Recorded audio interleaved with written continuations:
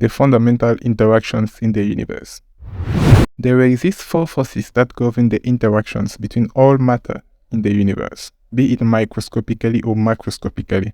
And the cool thing is that some of them can be expressed in simple mathematical equations. The first of these forces is the gravitational force. It is a force that exists between all objects that have mass in the universe. It is described by Newton's universal law of gravitation. The strength of this force is directly proportional to the product of the masses and inversely proportional to the square of the distance that separates the center of masses. It has an infinite range and it is the weakest of all the fundamental interactions. Next, we have the weakly interactive force. This force acts in the vicinity of atomic nuclei. It is responsible, for example, in the decay of neutrons into protons and generally for radioactive decay processes. There is, as of yet, really no formula that enables us to calculate the strength of this force, and this is due to the fact that the action of its field is kind of nonlinear in space.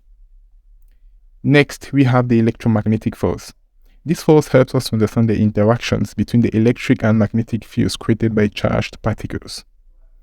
The strength of this force is described in the Lorentz force equation. It is stronger than the previous 2 forces. Last, we have the strong nuclear force.